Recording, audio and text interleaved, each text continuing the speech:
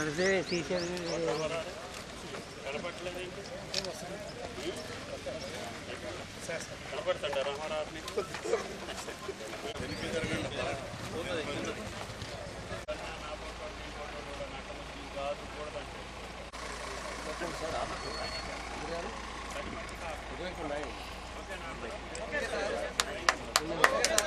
పంట వేసుకోమా పంట ఉన్న దగ్గర మాత్రం చేతికొచ్చిన పంట ఉంటే మాత్రం ఒక రోజు ఆగుతారు.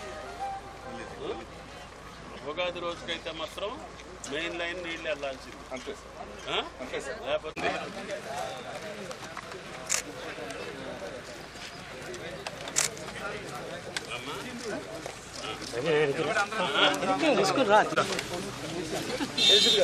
రంజిత్ ఎక్కడ ఉంటున్నారు ఏంటో చెప్పి క్లియర్ అయితే రెండు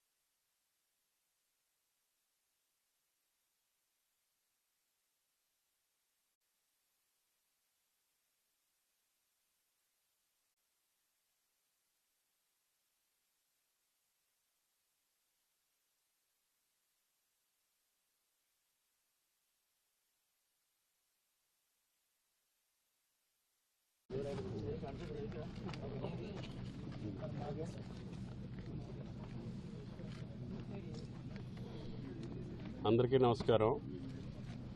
రఘునాథపాలెం మండల రైతాంగ సోదరులందరికీ వాళ్ళు ఎంతో పెద్ద మనసుతోటి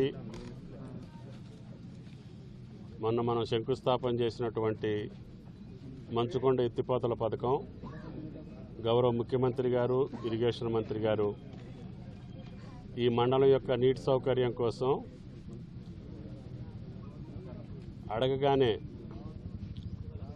66 కోట్లు శాంక్షన్ చేశారు. 36 చెరువులకి నీళ్లు ఇవ్వాలని, తద్వారా భూగర్భ జలాలు మనకి రైతాంగానికి ఉపయోగపడాలని, ఆ చెరువుల్లో నీళ్లుంటే ఈ మండలం మొత్తం సస్యశ్యామలంగా ఉంటుందని, తద్వారా ఆయిల్ పామ్ యొక్క తోటలకి మనకి నీటి అవసరం ఉంటుంది కాబట్టి తప్పకుండా ఈ కార్యక్రమం పూర్తి చేయాలనే ఉద్దేశంతో మనం శంకుస్థాపన చేసుకొని ఉగాది రోజు కల్లా ఎట్టి పరిస్థితుల్లో మనం దీన్ని ప్రారంభోత్సవం చేసుకోవాలనేది ప్రభుత్వం యొక్క కోరిక, రైతుల యొక్క ఆకాంక్ష.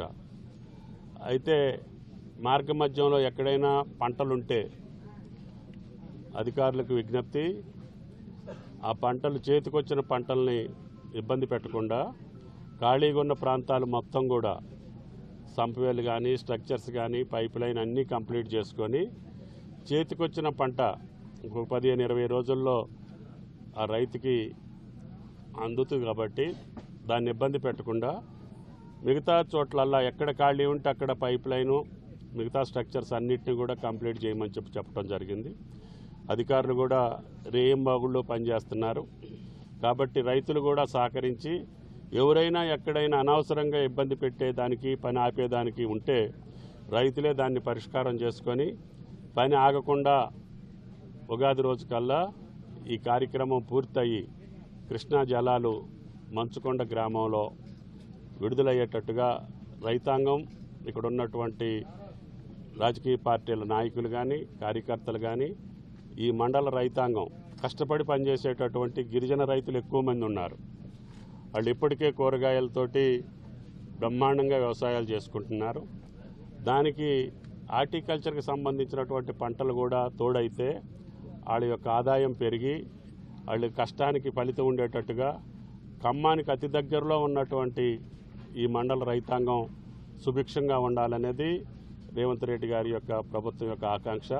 దానికి తగ్గట్టుగా పనులు చేయించుకోమని చెప్పి స్థానిక నాయకులకి విజ్ఞప్తి.